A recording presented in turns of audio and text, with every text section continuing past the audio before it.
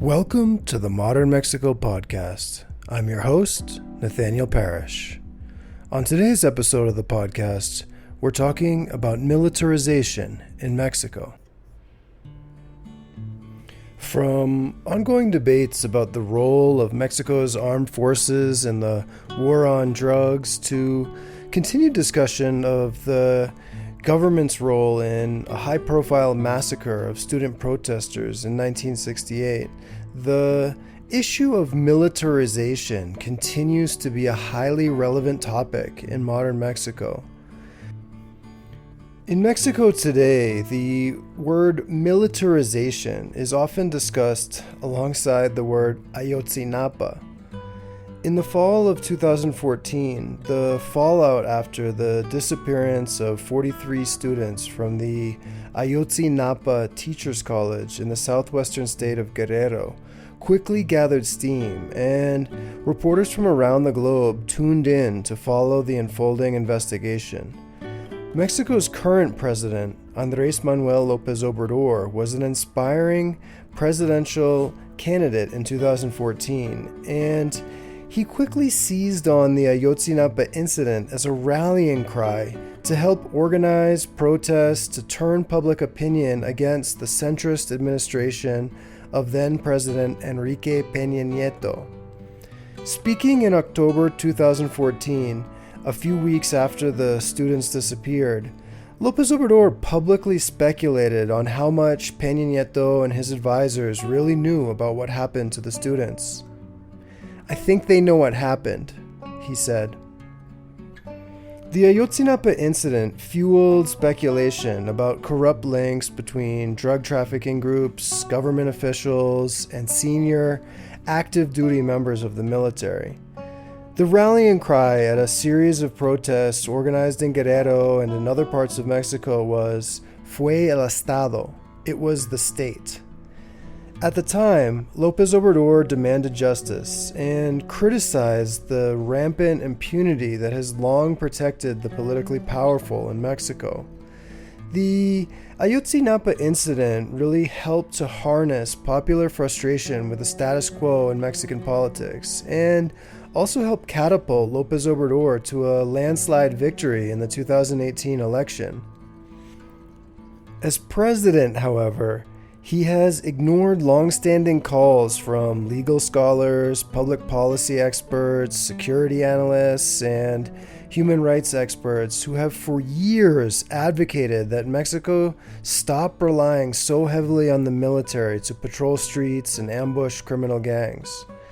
Lopez Obrador once promised that if elected, he would order the army to return to the barracks. As president, however, he has embraced Mexico's armed forces to a degree that is unprecedented in modern Mexican history. As he made the transition from candidate to president, Lopez Obrador has gone from loudly advocating for a full investigation of the Ayotzinapa incident to actively defending the military's reputation and outright denying that the government played a role in the disappearances. Antes, el violador principal de derechos humanos era el Estado. Ahora eso no sucede. En el caso de los jóvenes de Ayotzinapa y muchos otros casos, no se puede hablar de crímenes de Estado. In order to discuss the current trend of militarization in Mexico, today we're talking to Stephanie Brewer, a Mexico-focused security analyst at the Washington Office on Latin America, and the author of a recent report on the increasing power of the military in Mexico. Hi, Stephanie. Welcome to the podcast. Thank you. So, I wanted to ask you, I know that you recently published a report on the topic of militarization in Mexico, and I wanted to know, what are the main findings of the report, and why do you think it's important for us to be paying attention to this topic right now? Yeah, so last month we published the report Militarized Transformation, and it looks at some of the key indicators of the growing powers and roles of Mexico's military, over almost the last 2 decades, really, but especially focused on the current government of Andrés Manuel Lopez Obrador. It looks at some indicators of human rights violations, as well as a general backdrop of criminal violence and impunity in Mexico. So, what are some of the main findings? First, we do see continued military human rights abuses, despite what the government likes to claim. Certainly, we don't see the extreme level of human rights violations witnessed, for instance, during the Calderon government, but we do see higher than expected or higher than normal levels of lethality in terms of killings of civilians. We see cases of arbitrary execution, alteration of crime scenes, reports of physical violence in contexts of detention. So, all of these issues do still occur and continue to be alarming.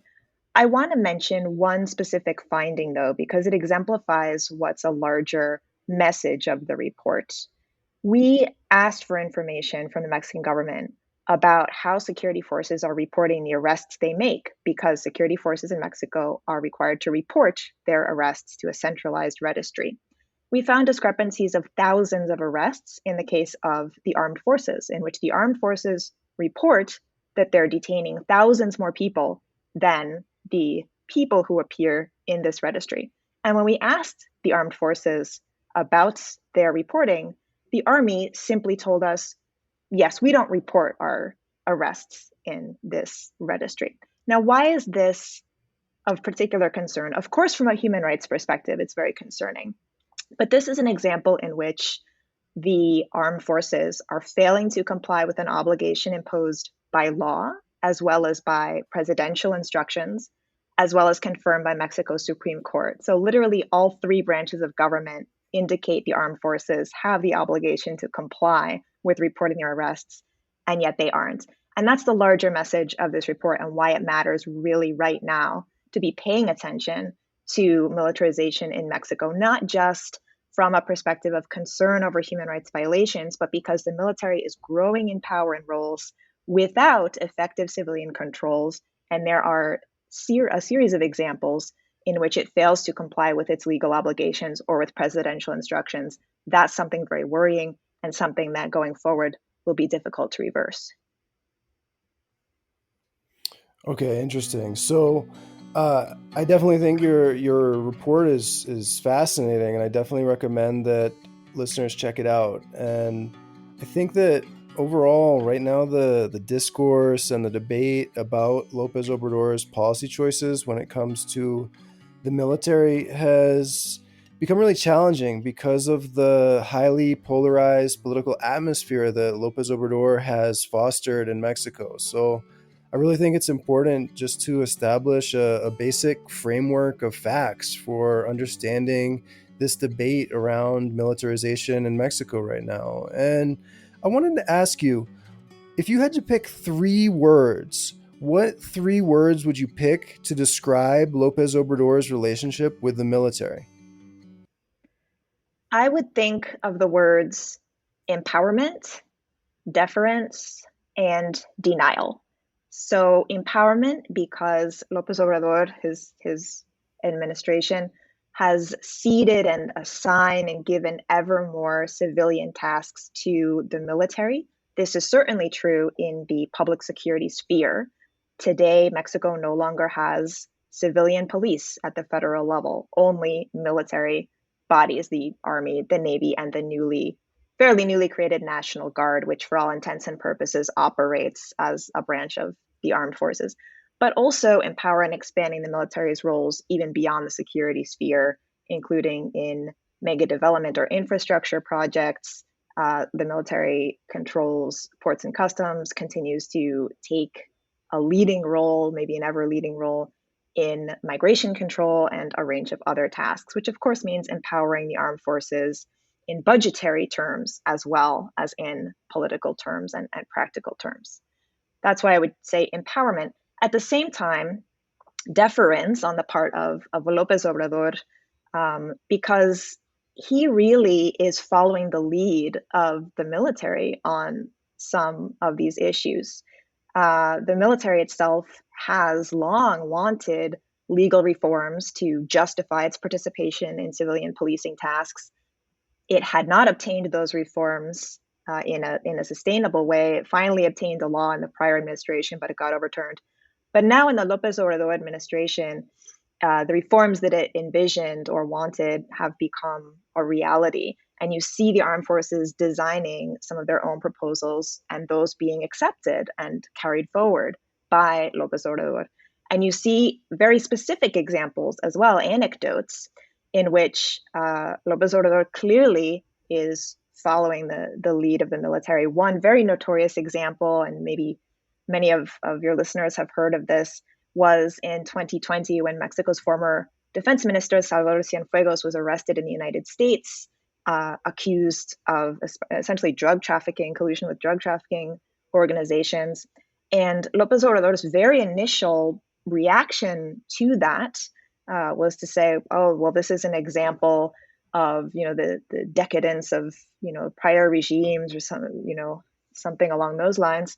But then very quickly, he completely changed his position to one of demanding that the United States return Cienfuegos, sort of defending him, and ultimately accusing the United States of fabricating these charges.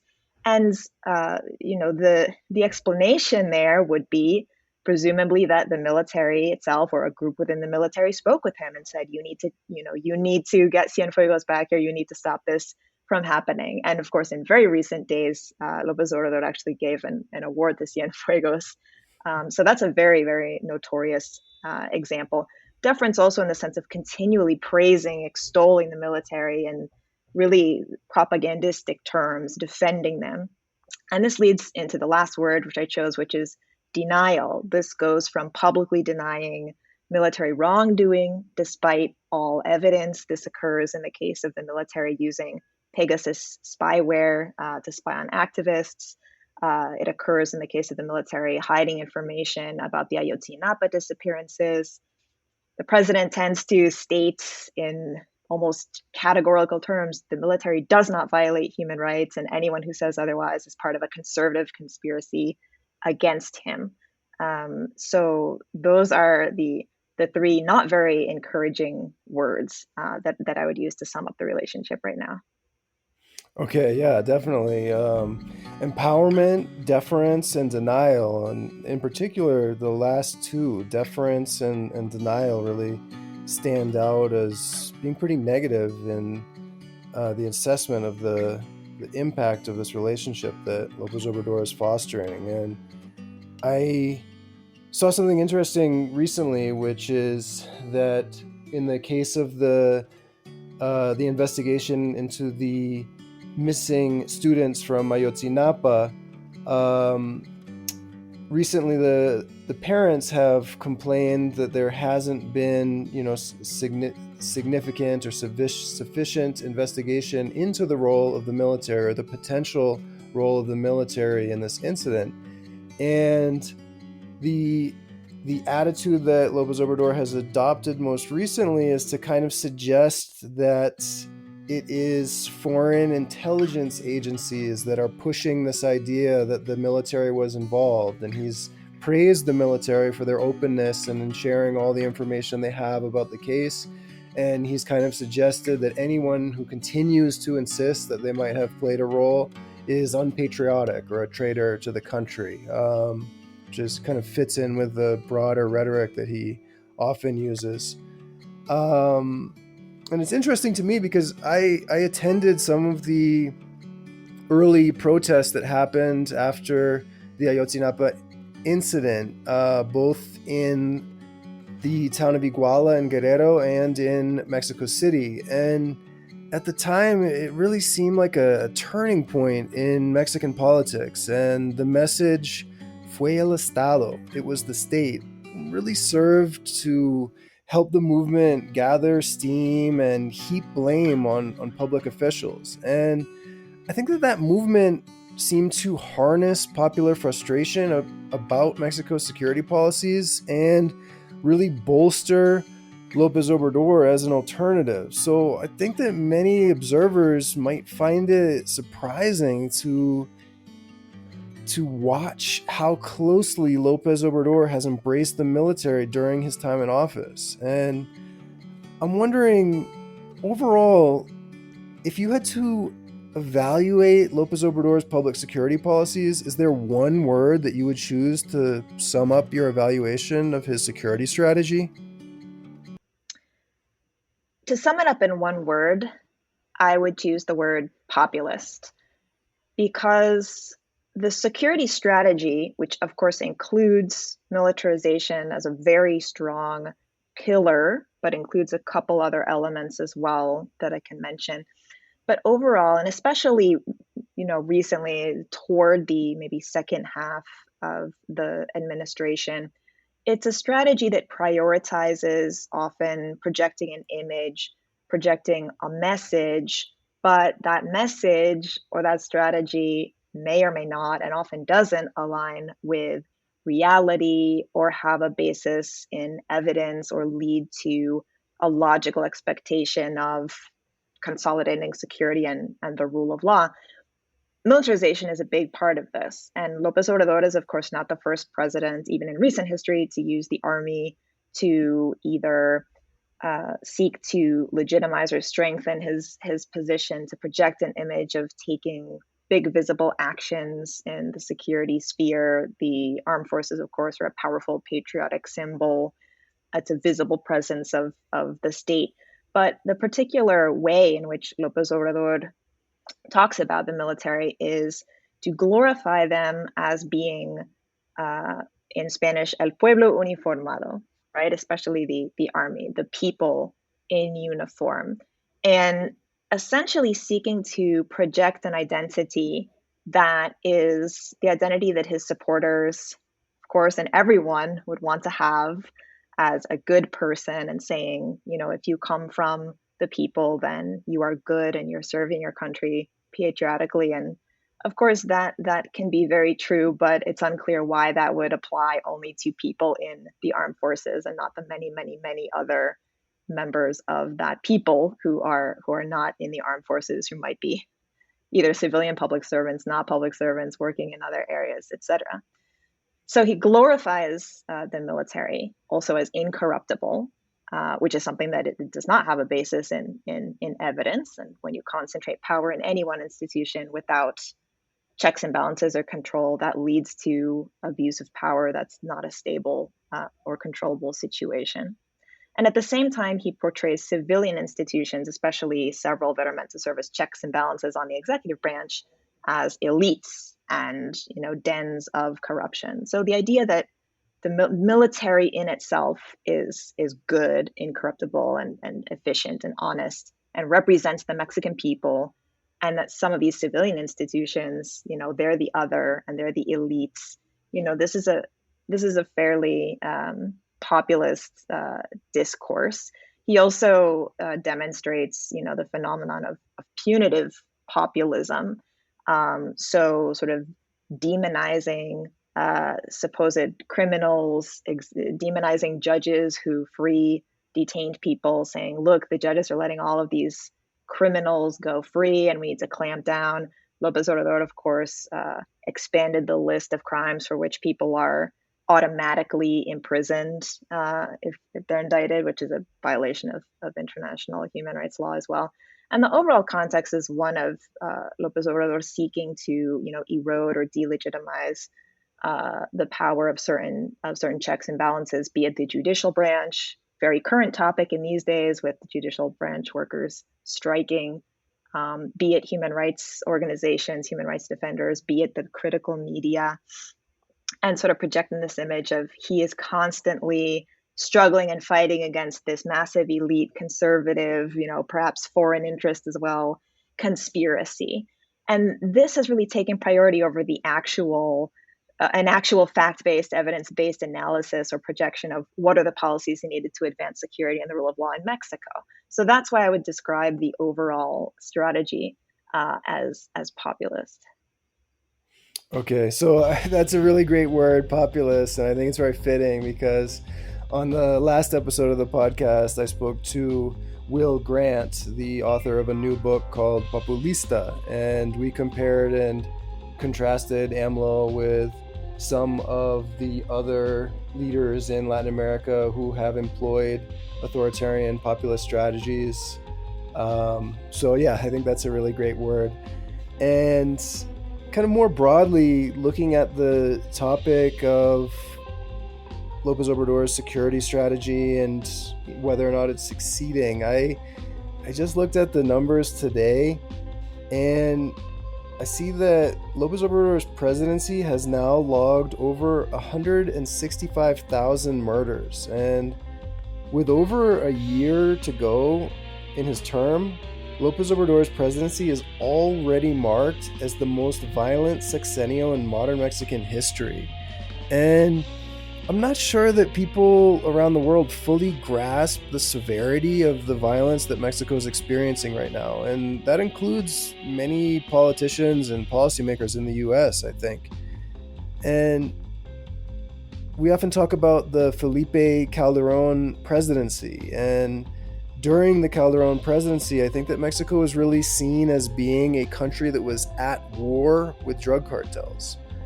But the total number of murders that have already occurred during Lopez Obrador's presidency is already nearly 20% higher than during the full Calderon presidency. And I'm not sure that that information has been fully absorbed into the media discourse about Mexico right now. And I wanted to ask if there's one policy reform that you would like to see implemented in Mexico to meaningfully improve security and successfully reduce violent crime, what would it be? Well, to answer that and jumping off some of what you were just saying, I mean, let's first quickly take stock of the context of violence in Mexico. So I think the image that the international community does know, or perhaps knew better during the Calderon presidency, was that Mexico, of course, was experiencing heightened levels of violence. During that presidency, the Calderon years, Felipe Calderon came into office and launched or greatly deepened Mexico's militarized war on crime. And so we can trace back the current sort of modern era of militarization of policing tasks really to Calderon. So at that time, violence and serious human rights violations really skyrocketed. They since that time, they've more than tripled.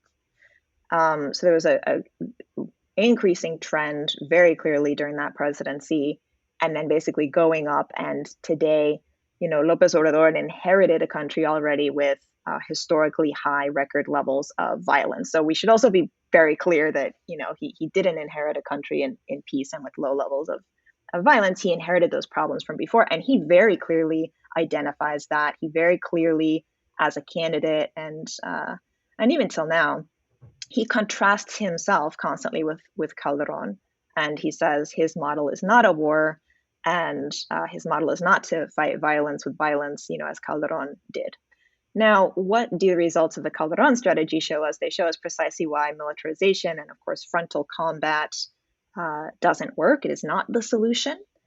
I think that, the power of organized crime, it comes in part from what we might consider stereotypical or well-known factors, such as the fact they have powerful firearms. And so in a way, it's natural for people to think, oh, well, to fight back against that, we must need a militarized response. That must be the answer. That must be the key. Well, we have plenty of evidence from the Calderon presidency onward that that's not the key. Why? Because the true power of organized crime doesn't come just from firearms. It comes from collusion and corruption on the part of authorities, different forms of either outright collaboration or at least tolerance from authorities. It comes from a climate of near total impunity for crimes committed against the population in Mexico, and you can't militarily deploy your way out of corruption and impunity. So that leads me up to, what is the reform that we need to see? We need to see a change in this model such that the emphasis is on strengthening rule of law through criminal investigations through the criminal justice system. So using the tools meant to address crimes, to address these serious crimes, through, of course, civilian police as well, through the use of intelligence to build cases that can dismantle patterns and networks of organized crime.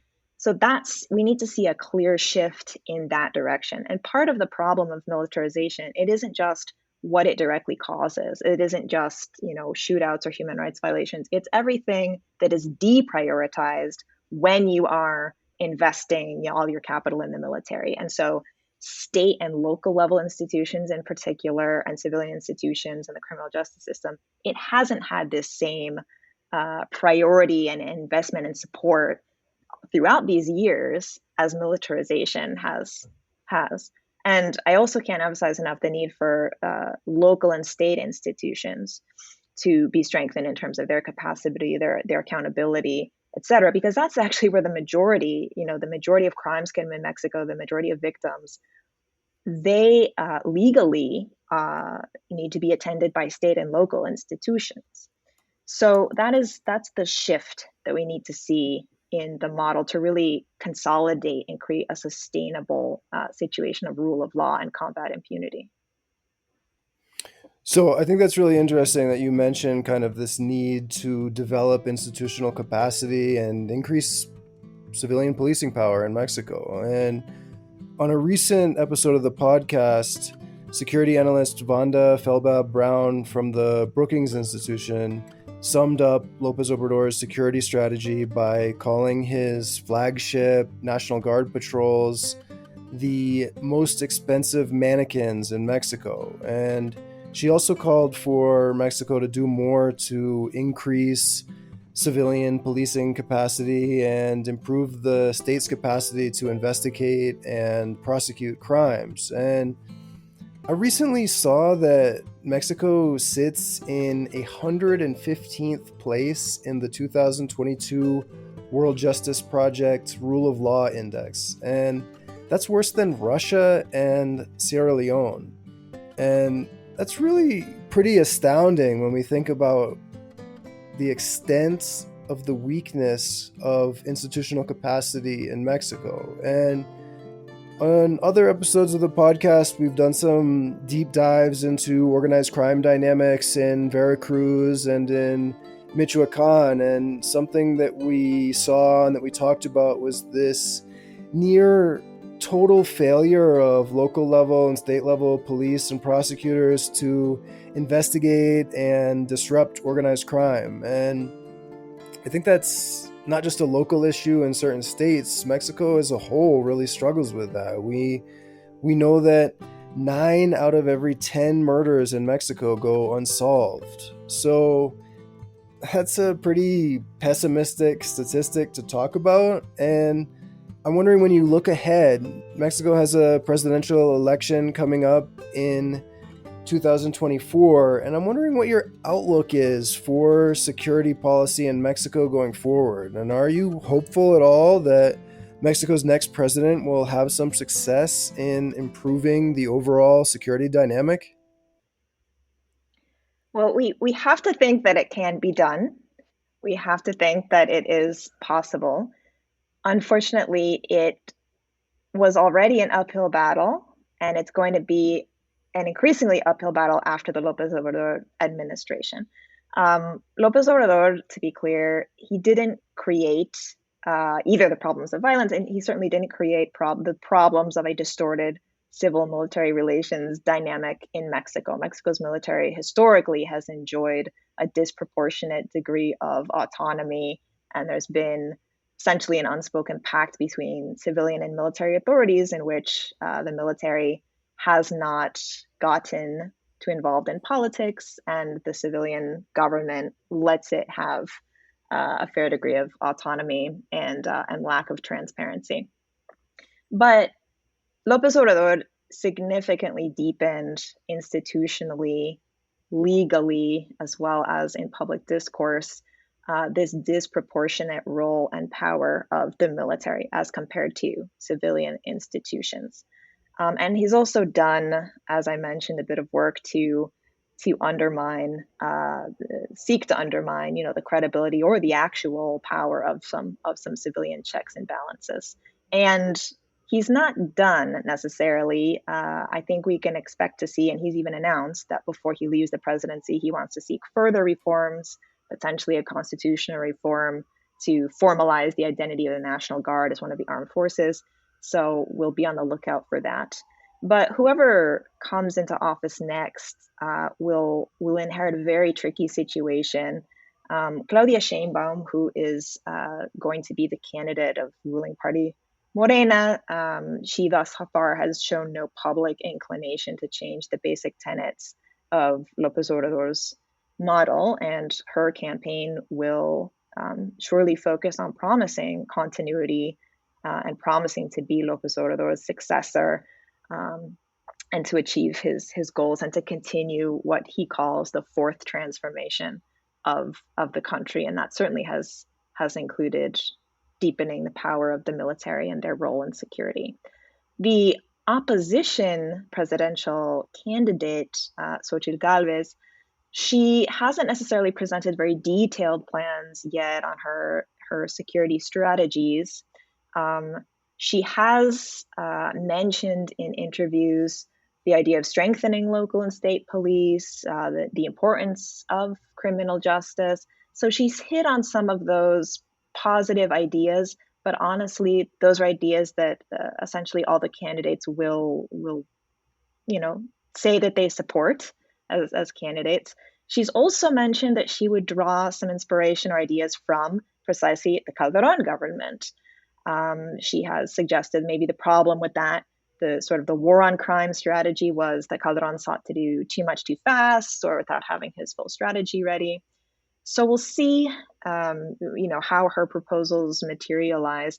But what's interesting and of course concerning about this last point is it really hints at what could be down the road the perfect storm for which Lopez Obrador's government has set up the country, and that is a vastly empowered, larger military structure with outsized influence within and beyond the security spheres, but combined with a future president, a future federal government that, unlike Lopez Obrador, really does want to return perhaps to a frontal combat strategy or some other model that involves human rights violations. So we could really see a repeat in a different form of some of the extreme levels of violence we saw in recent years, but now with fewer controls and with a more empowered military. So certainly whoever comes to office next has a large task before them, but very much the necessary route to strengthen security and rule of law in Mexico is to bet on criminal justice, to bet on civilian institutions and policing and state and local level, and not continue this distorted and ultimately not effective focus and overemphasis on militarization of these tasks. So something that I see is that there might be some optimism among some observers that Mexico's next president will take a more pragmatic or policy-focused approach towards security and other areas of government, and focus a little bit less on highly partisan political rhetoric. But we'll have to kind of wait and see how that unfolds in 2024. But in any case, I'm definitely looking forward to analyzing some more concrete details on policy proposals from candidates next year. But for now, I just want to say this was super interesting to hear your perspective on this topic. And I want to say thanks so much for joining us on the podcast. Thanks very much. I wanted to take a short break to remind listeners that the Modern Mexico podcast is sponsored by Bara Funky Coffee. Bara Funky Coffee is available at the Bara Funky Cafe in Mexico City and is also available to be purchased online and shipped to the US and other countries. Thanks for tuning in to another episode of the Modern Mexico podcast. If you like what you heard in the podcast today, check out my book, Searching for Modern Mexico, which is available on Amazon. The next episode of the podcast is coming soon. Until then, hasta luego, amigos.